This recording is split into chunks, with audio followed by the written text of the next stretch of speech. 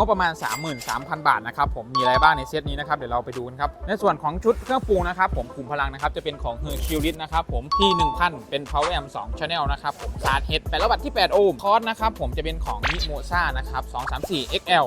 แล้วก็ในเซตนี้นะครับมีไมลอยไปด้วยนะครับผมเป็นของ Microtech MP ตอง 3D นะครับมิกเซอร์นะครับผมตัวนี้ใช้เป็น Tada Fancy 4นะครับแล้วก็เซตนี้นะครับมีแหลกไม้ด้วยนะครับผมเป็นแหลกไม้6Uของแบรนด์แทงนะครับผมในส่วนของตู้ลำโพงนะครับผมเสียงกลางนะครับ V6 Mark 3นะครับผมเป็นแหลมจรวดนะครับตู้ซับเบสนะครับตัวนี้จะเป็นของ MP Power นะครับผมเป็นตู้ BB 18 นิ้วนะครับผมข้างในนะครับใส่เป็นดอกของมรกตน้ำเสียงจะเป็นยังไงเดี๋ยวเราไปฟังกันครับ